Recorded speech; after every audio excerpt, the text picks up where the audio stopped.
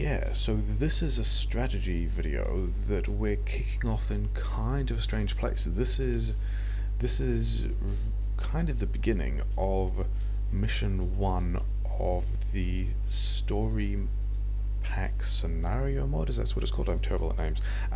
Basically, there's some stuff that turns up in this that I thought I would detail because it might not be obvious where these strategies came from, and that is the use of deconstruction planner as a scouting tool, in the sense of, look, I found some fish. This box contains fish.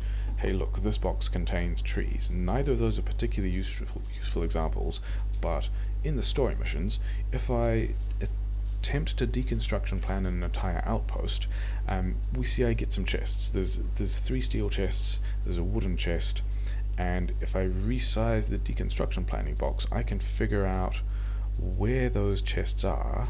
So the 3 steel chests are somewhere in this vertical slice, and in fact they're here because they're next to, like, they're train loading boxes, and then the wooden box is here.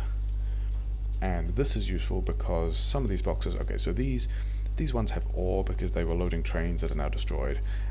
These standalone boxes, it's not uncommon in the story missions to be able to find some boxes at destroyed outposts that have stuff, which is, you know, one of the things you like, and you can use deconstruction planner to find out and then more easily find where those boxes of stuff are. So yeah, I guess spoiler missions for the story mod pack. Let's go to the iron mining outpost, which is just down here, he said, having played the mission before a while ago, to demonstrate a couple of other things about how this works. So yeah, so it also works from the map. He said, failing to drive through the gate, I can either deconstruction plan this outpost with like the zoomed in map, and then there's a wooden box somewhere which I want, and there's 8. Yeah, so there's these 8 boxes that don't have stuff that I want, and then there's this wooden box that has stuff that I want. If I'm doing it from this bit of the map, it also still works. I can still see, like, there's a lot of other, like, faff getting deconstructed that's less helpful, but I can see that there are boxes there that I want. However, I can't do the same on the copper outpost anymore because I don't have, like, you need direct line of sight to be able to A, deconstruction plan anything, and then B, use the deconstruction planner as a scouting tool.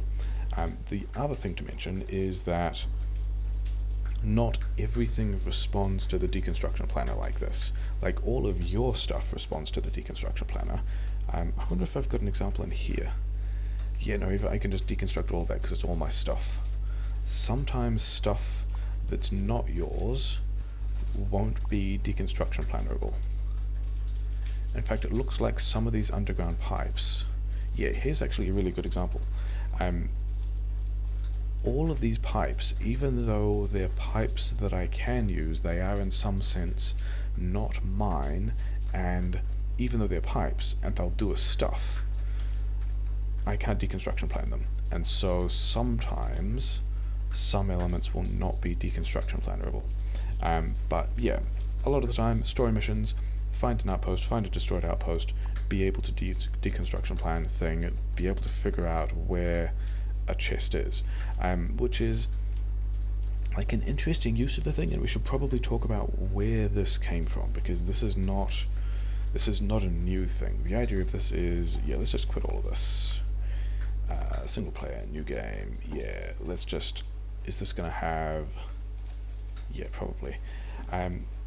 This comes from a fairly old school speedrunner tool where in a variety of random map categories, default settings, 100%, death world, wave defense, stuff like that, you start having to do burner miner stone furnace stuff, but you want coal rocks. In set seed, you know exactly where your coal rocks are. In this example, we've got a bunch of coal rocks around the place. Forget about that. The point of deconstruction planner as a scouting tool is to be able to figure out on your map where coal rocks might be hidden amongst trees. So like, forget about the fact that we're walking past like another 5 or 6 coal rocks.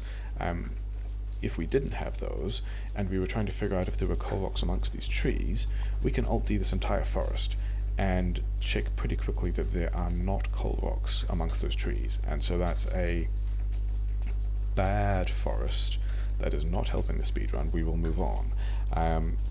If we grab this forest, then yeah, somewhere within this is a coal rock, and this one is actually not too tricky to see. It's like, it's just over here. It's kind of on the outside of the forest. So this box contains a coal rock. This box does not contain a coal rock, and so you can just scroll this backwards and forwards to help you pick out exactly where a thing is. I wonder if we've got a better example of a less obvious coal rock, you know, besides all of these obvious coal rocks.